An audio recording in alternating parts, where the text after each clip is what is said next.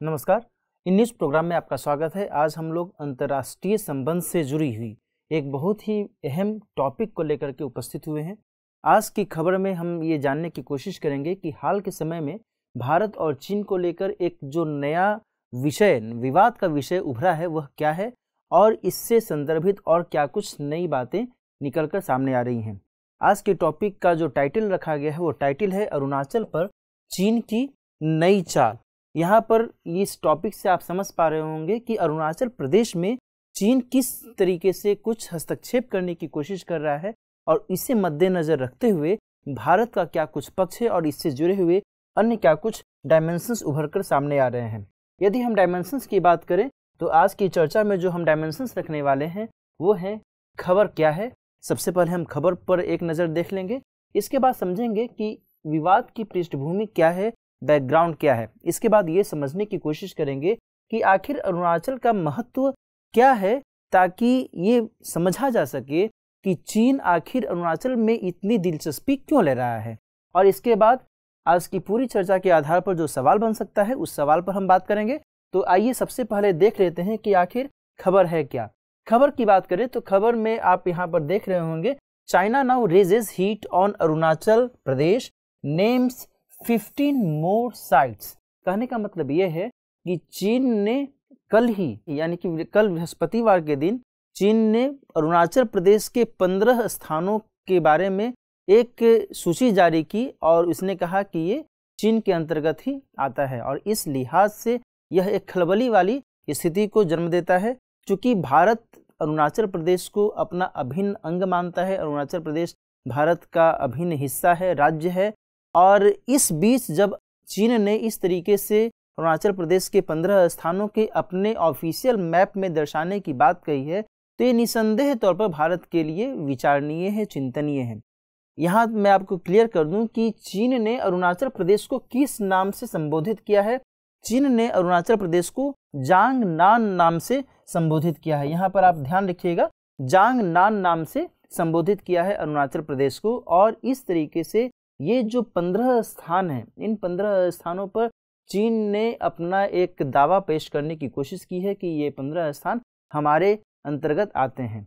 यहाँ पर मैं आपको हिंट कर दूं कि इससे पहले भी 2017 में भी चीन ने 6 अन्य स्थानों को अपने ऑफिशियल मैप में दर्शाने की बात कही थी और उस दौरान भी भारत ने इस पर आपत्ति दर्ज की थी।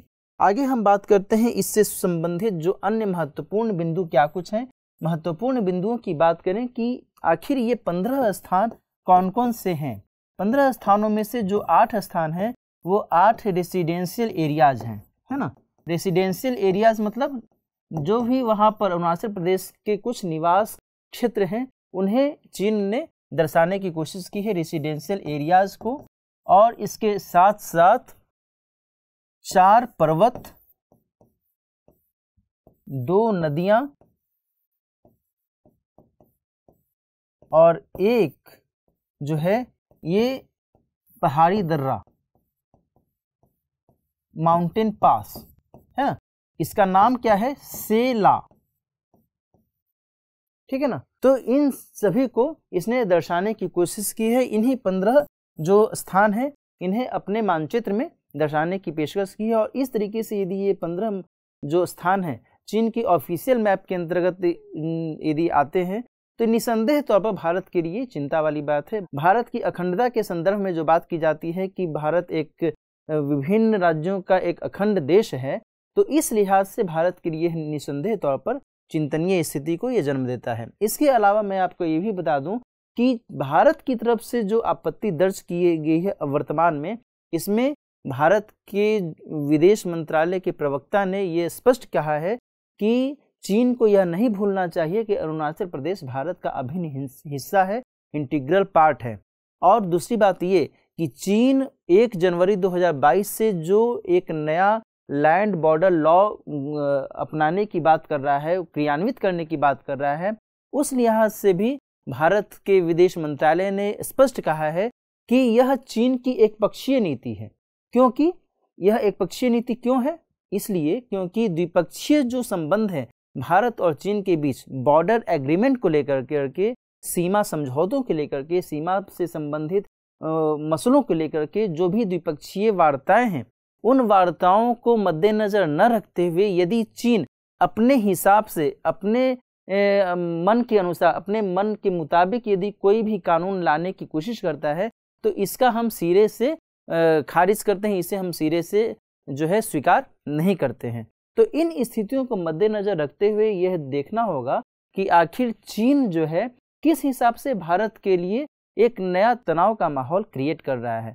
ये इन सब बातों को यदि ध्यान में रखा जाए तो इससे क्लियर होता है कि चीन की जो आक्रामक विस्तारवादी नीति है वो यहाँ पर निकलकर सामने आ रही है।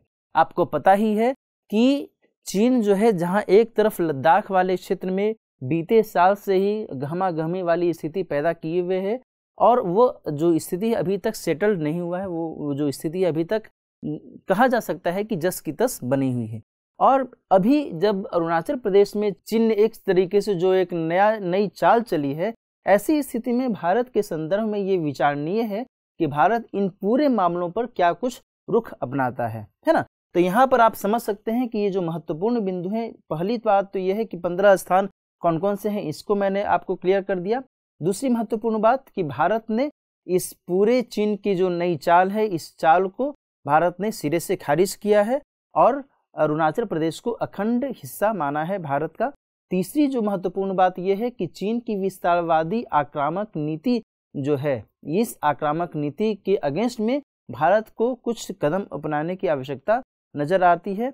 और चौथी महत्वपूर्ण बात यह है कि ऐसी स्थिति में ये देखना होगा कि अन्य जो डायमेंशंस हैं वो क्या कुछ सामने निकल कर आते हैं। आगे हम बात करें तो इस पूरे मामले में जो विवाद की पृष्ठभूमि है, जो बैकग्राउंड है, वो यहाँ पर आपको समझने की कोशिश करनी है। ये जो मानचित्र यहाँ पर दिख रहा है, इसमें ये जो हिस्सा है ये मैकमोहन लाइन है ना। और मैकमोहन लाइन जो है, ये जो पार्टिकुलर हिस्सा है ये अरुणाचल प्रदेश का हिस्सा है। जब ये मैकमोहन लाइन बना था, जब इसकी घोषणा की गई थी, उसके बाद से ही जो विवाद है इस पार्टिकुलर रीजन में ये विवाद बढ़ता गया है। आइए देखते हैं इस पूरे मामले में कैसे क्या कुछ गतिविधियां रही हैं। सबसे पहले यदि बात की जाए तो 1911 में चीन के साम्राज्यवादी शासन का अंत होता है और उसके बाद जनवरी 1913 में जो है तिब्बत की स्वतंत्रता की घोषणा होती है 13वें दलाई लामा के द्वारा, है ना। यानी कि तिब्बत ने कहा कि हम चीन से अलग हैं, हमारा अलग जो है स्वायत्त शासन है। वो उस दौरान युआन शिकाई जो चीन के रिपब्लिकन सरकार के मुखिया थे, उन्होंने इस दावे को खारिज किया कि नहीं तिब्बत जो है स्वतंत्र नहीं है, तिब्बत जो है हमारा ही अंग है, चीन का ही अंग है। ये किसने कहा? युआन शिकाई ने कहा, जो कि चीन की रिपब्लिकन सरकार के मुखिया थे, सर्वेसर्वा थे। लेकिन इस बीच इस तनावपूर्ण माहौल में शिमला कन्वेंशन होता है और ब्रिटिश शासन उस समय था भारत में, आपको जानकारी है ही। तो शिमला कन्वेंशन के माध्यम से मैकमोहन लाइन जो है एक डिमार्केशन किया जाता है मैकमोहन के द्वारा और तिब्बत के 2 जोन डिवाइड किए जाते हैं। लेकिन चीन ने इस मैकमोहन लाइन को, मैकमोहन रेखा को मानने से इनकार कर दिया है। पहले उसने कुछ हद तक मानने की कोशिश की थी, लेकिन बाद में उसने सिरे से इसे इनकार कर दिया। इन्हीं स्थितियों के मद्देनजर वर्तमान में जो एक सीमा विवाद है भारत और चीन के बीच में, अरुणाचल प्रदेश को लेकर जो खींचतान है, ये खींचतान वर्तमान तक बनी हुई है। और इसमें जहां एक तरफ चीन है और भारत है, वहीं दूसरी तरफ तिब्बत का भी जो इंटरेस्ट है वहां पर सामने देखने को मिलता है। आगे देखते हैं आगे इसमें और क्या बातें कही गई हैं। आगे हम यदि अरुणाचल के महत्व की बात करें कि अरुणाचल को लेकर के चीन की इतनी दिलचस्पी क्यों है, उसका इंटरेस्ट क्यों है, तो यहाँ पर 2-3 फैक्टर्स निकलकर सामने आते हैं। पहला ये है कि मोनपा जनजाति अरुणाचल प्रदेश के एक हिस्से में पाई जाती है, उस उत्तर पश्चिमी वाले हिस्से में पाई जाती है, और इस जनजाति का जो अधिकांश संख्या बल है वह तिब्बती बौद्ध से जुड़ा हुआ है ना। और यह जो तिब्बती बौद्ध से जुड़ने की जो वजह है, इस वजह के कारण चीन जो है इसको हमेशा एक संकट वाली स्थिति के रूप में देखता है। चीन को लगता है कि कहीं ऐसा भी हो सकता है कि यह जो जनजाति है तिब्बती लोगों के साथ में मिल कर करके और वहाँ पर जो एक लोकतंत्र समर्थन को लेकर के आवाज़ बुलंद की जा रही है, उसमें ये पार्टिसिपेट करने लगे, ये भागीदारी करने लगे। और इस कारण से चीन को यह जो मोनपा जनजाति को लेकर करके एक खटका मन में समाया रहता है। और ऐसी स्थिति में वह चाहता है कि यदि हम अरुणाचल प्रदेश पर नियंत्रण स्थापित कर लेंगे तो यह जो जनजाति है, यह जनजाति आगे अधिक कुछ नहीं कर पाएगी और इससे अरुणाचल प्रदेश के साथ साथ जो है तिब्बत पर भी चीन का नियंत्रण स्थापित हो सकेगा। दूसरी महत्वपूर्ण बात यह है कि अरुणाचल प्रदेश में तवांग मठ है। यह जो तवांग मठ है ये बहुत ही फेमस मठ है, मोनेस्ट्री है, बौद्ध मोनेस्ट्री है और इसे कहा जाता है कि पूरे दुनिया भर में दूसरा सबसे बड़ा तिब्बती बौद्ध मठ है ना। तो चीन जो है यहाँ पर भी अपना दावा पेश करता है और वह कहता है कि चूंकि तवांग मठ तिब्बत से ही जुड़ा हुआ है और तिब्बत को हम अपना हिस्सा मानते हैं, ऐसी स्थिति में यह क्लियर कट है कि अरुणाचल प्रदेश भी हमारा ही अंग है। इस तरीके से चीन जो है अपनी रणनीति अपना रहा है। तीसरी बात यह है कि भूटान फैक्टर, चूंकि यदि हम आपको मैप दिखाएं तो मैप के माध्यम से आप यहाँ पर देख सकते हैं कि ये है भूटान, है ना। यदि चीन अरुणाचल प्रदेश को अपने नियंत्रण में स्थापित कर लेता है तो भूटान के साथ में जो है चीन की स्थिति क्या हो जाएगी कि पूर्व और पश्चिम दोनों ही तरफ से चीन जो है भूटान को घेर सकता है, उसको अपने नियंत्रण में लाने की कोशिश कर सकता है। और मैं आपको ये भी क्लियर कर दूं कि चीन अक्सर भूटान के आसपास का जो इलाका है, आसपास का जो क्षेत्र है, उस पार्टिकुलर रीजन में हमेशा चीन कुछ न कुछ कंस्ट्रक्शन वर्क करता रहता है ताकि एक एहसास भूटान को होता रहे कि वह जो है चीन से अधिक दूरी पर नहीं है। एक और दिलचस्प बात मैं आपको ये भी बता दूं कि अरुणाचल प्रदेश के अपोजिट वाले हिस्से में भी कुछ ऐसी गतिविधियां चीन हमेशा करता रहता है ताकि एक उपस्थिति चीन की वहां पर मौजूद रहे। चीन अक्सर वहां पर सैन्य अभ्यास, मिलिट्री एक्सरसाइज करता रहता है या फिर अपने जो सैन्य दल हैं उनको वहां पर गतिविधि करने के लिए भेजता रहता है। तो ये जो गतिविधियां हैं कुल मिलाकर के चीन की इस पार्टिकुलर रीजन में यह दस्तक देती हैं कि चीन कहीं ना कहीं भारत के अगेंस्ट में एक विस्तारवादी रुख जो अपनाने की कोशिश कर रहा है, ये भारत के दृष्टिकोण से चिंता वाली बात को जन्म देता है ना। तो ये जो फैक्टर्स हैं, ये फैक्टर्स अपने आप में बहुत ही महत्वपूर्ण हो जाते हैं। और एक और महत्वपूर्ण फैक्टर यहाँ पर अरुणाचल प्रदेश के अपने लोकेशन को लेकर के है। अरुणाचल प्रदेश का जो लोकेशन है वो इस हिसाब से है, अरुणाचल का जो लोकेशन है वह भी महत्वपूर्ण है ना। महत्वपूर्ण किस दृष्टिकोण से? जाहिर सी बात है कि अरुणाचल प्रदेश चीन से नज़दीक में है और भविष्य में कभी ऐसी स्थिति यदि पनपती है कि भारत और चीन के बीच में युद्ध की नौबत आ जाए तो ऐसी स्थिति में अरुणाचल प्रदेश को भारत एक स्ट्रैटेजिक लोकेशन के तौर पर इस्तेमाल कर सकता है। वहाँ पर मिसाइल लॉन्चर लगा सकता है, मिसाइल वहाँ से दाग सकता है, चीन चूँकि वहाँ से बहुत ही नज़दीक है ऐसी स्थिति में।